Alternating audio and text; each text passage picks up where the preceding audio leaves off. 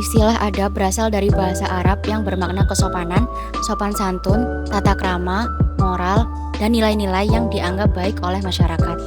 Secara sederhana, adab diartikan sebagai perilaku yang menunjukkan kesantunan dalam kehidupan sehari-hari.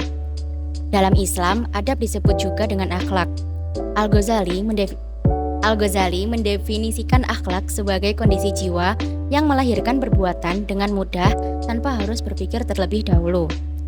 Adab merupakan sebuah wujud kedisiplinan tubuh dan jiwa sehingga orang yang beradab mampu melakukan sesuatu dengan penuh ketaatan atau sesuai dengan aturan yang ada, sehingga akan terwujud keharmonisan dalam kehidupan. Dengan adanya penerapan adab dalam segala aktivitas akan dapat menjadikan seorang muslim yang mampu mengenal Allah Subhanahu wa Ta'ala dengan lebih baik ke depannya. Media sosial atau sering juga disebut sebagai sosial media adalah pelantar digital yang memfasilitasi penggunanya untuk saling berinteraksi atau membagikan konten berupa tulisan, foto, video, dan merupakan pelantar digital yang menyediakan fasilitas untuk melakukan aktivitas sosial bagi setiap penggunanya. Adab bermedia sosial menurut ajaran Islam. Sesungguhnya, orang-orang yang membawa berita bohong itu adalah kelompok di antara kamu. Janganlah kamu mengira bahwa peristiwa itu buruk bagimu. Sebaliknya, itu baik bagimu. Setiap orang dari mereka akan mendapat balasan dari dosa yang diperbuatnya.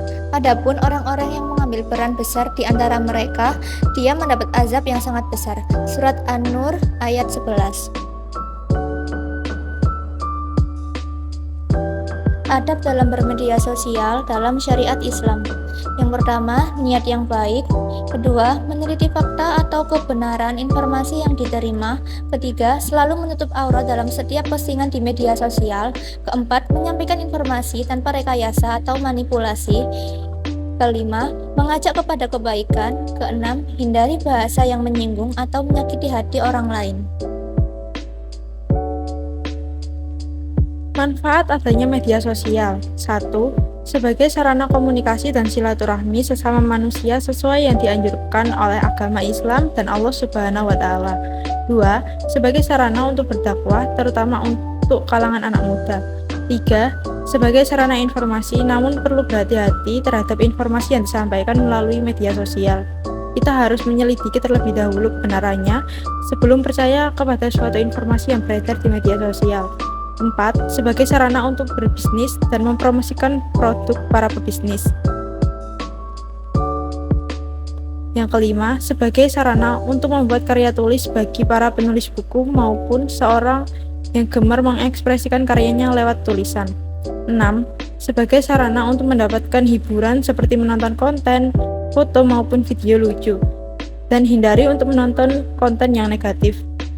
7. Sebagai sarana mempertemukan orang-orang dengan minat yang sama, seperti kita menemukan teman baru yang memiliki hobi dan profesi yang sama di media sosial. Hikmah adab bermedia sosial. Yang pertama, terhindar dari berita hoaks. Kedua, mendapatkan kepercayaan dari orang lain. Ketiga, orang lain merasa nyaman ketika melakukan silaturahmi di media sosial. Keempat, terjalin hubungan yang harmonis dengan sesama.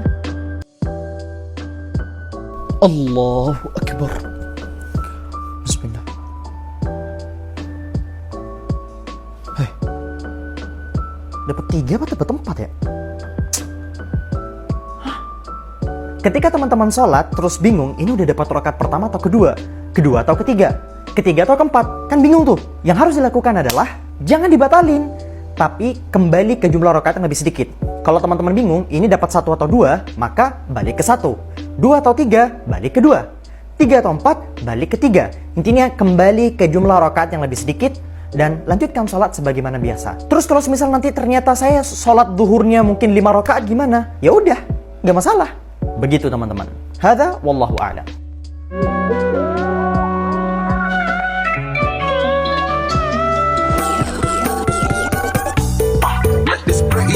Nice to meet you, mucho gusto.